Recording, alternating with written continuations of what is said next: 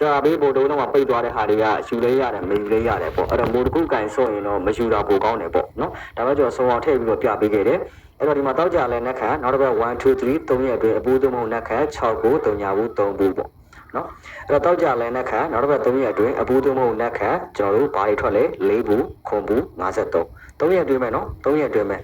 အဲ့တော့တောက်ကြလဲနက်ခတ်နောက်တစ်ပတ်3ရက်အတွင်းအပူးသုံးဖို့နက်ခတ်3ဘူး1ရှစ်2 4နော်အဲ့တော့တောက်ကြလဲနက်ခတ်နောက်တစ်ပတ်3ရက်အတွင်းအပူးသုံးဖို့နက်ခတ်6ဘူးနော်ဒီမှာနက်ခတ်မစင်းဘူးအပူးတစ်ခုပဲစင်းသွားတယ်6ဘူးနော်အဲ့တော့တောက်ကြမှာအလဲနက်ခတ်ဖြစ်တယ်နောက်တစ်ပတ်3ရက်အတွင်းမှာအပူးနဲ့နက်ခတ်နှစ်ခုတည်းကတစ်ခုသည်6ဘူးလို့စင်းပါတယ်အဲ့တော့တောက်ကြမှာအလဲနက်ခတ်ဖြစ်တယ်ကျွန်တော်တို့နောက်တစ်ပတ်3ရက်အတွင်းအပူးနဲ့နက်ခတ်ဆိုတဲ့နှစ်ခုတည်းကကျွန်တော်နက်ခတ်စင်းတယ်53ပေါ့နော်အဲဒါဆိုရင်ဒီမှာဖြစ်ပြီးတဲ့နောက်ပိုင်းမှာကျွန်တော်ဂျားထဲမှာထပ်ပြီးတော့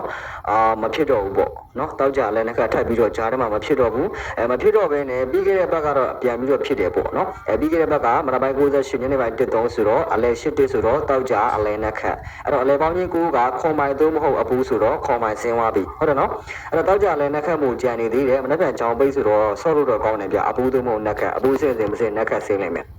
လေးလုံးခွေထဲမှာကျွန်တော်နက်ခတ်ပါတဲ့ဟာကိုဦးစားပေးပြီးတော့ရွေးထားတယ်ပေါ့နော်သုံးလုံးခွေကတော့ကျွန်တော်စိုက်မပြတော့ဘူးလေးလုံးခွေကတော့ကျွန်တော်ပြပေးပြင်မယ်ပေါ့နော်အဲ့တော့ကျွန်တော်လည်းအချိန်သိမ့်မရလို့မြန်မြန်ဆန်ဆန်လေးပဲကျွန်တော်လုပ်ပေးထားတယ်အဲ့တော့ကြည့်ရတဲ့အမျိုးတွေအဆင်မပြေတာရှိရင်နားလိုက်ပေးပါလို့ကျွန်တော်ပြောချင်ပါတယ်ဗျနော်ဒီမှာကျွန်တော်တောက်ကြလဲနက်ခတ်ဖြစ်တယ်ဗျအဲ့တော့ကျွန်တော်တို့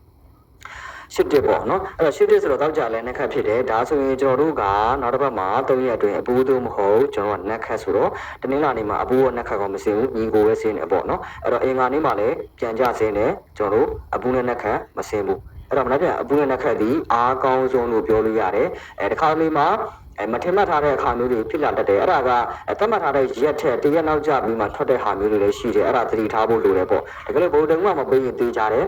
ဒီရက်ဒီမှာအပူနဲ့နက်ခတ်တေးကြပေါ့ပေးပါလိမ့်မယ်ဒီမှာစစ်ခဲရသလောက်တော့တောက်ကြမှာအလဲနက်ခတ်ဖြစ်ထားလို့ဒီ3ရက်မှာအပူနဲ့နက်ခတ်ဒီမနက်ဖြန်ကြောင်ပိတ်ဖြစ်နေတယ်ဗျနော်အဲ့ဒါလေးစင်ကြလို့ရအောင်သတိပေးတာပေါ့ဗျနော်အဲ့တော့ကျွန်တော်တို့မနက်ဖြန်အပူနော်နက်ခတ်သို့မဟုတ်အပူ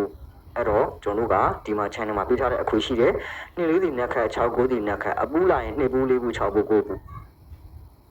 ဒီခွေရှယ်လာတယ်ဒါ channel အတွက်ပေးတာနော် channel အတွက်ပေးတာအဲ့တော့86ကတော့ကျွန်တော်ကန်ဆယ်မဲ့ပေါ့ဗျာနော်အကွက်တရားတစ်ကွက်ဆိုတော့86ကတော့ကန်ဆယ်မဲ့ပေါ့နော်အဲ့တော့မနေ့ကကျွန်တော်တို့85ပေါ့နော်85ပေါ့မနေ့ကတော့အဲ့တော့86ကတော့ကန်ဆယ်မဲ့ဖြစ်တယ်